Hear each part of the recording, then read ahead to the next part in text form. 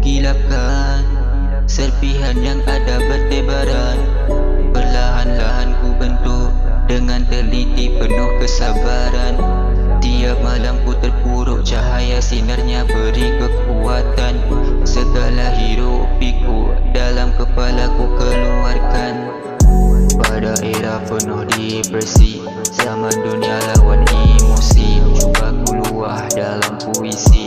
Kata-kata asik ku bisi, perkataanku berbentuk kiasan, bukan hanya sekadar hiasan. Permata dibentukkan dari tangan, diukir indah seperti senyuman. Di sekeliling ternampak kilauan, melihat mukaku kena pantulan. Cahaya sinar dengan pancaran, persegi mula ku bentuk-bentukkan. Sinaran masuk mula berpancaran, berikan kasih nikah berpacaran, berikan masih nikah berpasangan, berkiasan demilah perjalanan. Mimi bersua melafazkan akad, gigih berjuang melepaskan hasrat. Pilihkan jua perjalanan rahmat, bisikan suara alam keramat. Bibitnya tuah ke dalam alamat, rintikan hujan lebat tak selamat. Sisihkan pula kelibatnya hasad, rintihan gua di ambang penamat. Ku gilapkan serpihan yang ada bertebaran. Perlahan-lahan ku bentuk dengan teliti penuh kesabaran. Tiap malam ku terpuruk, cahaya sinarnya beri kekuatan. Segala hirup pikuk dalam kepala ku keluarkan.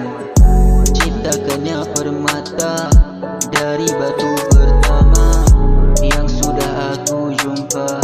Sejak awal merasa perasaannya cinta, kepasrahannya luar biasa. Aku pasrahkan diriku saja, terima dengan terbuka. Bila aku jumpa dah permata, pasti akan ku jaga saksama.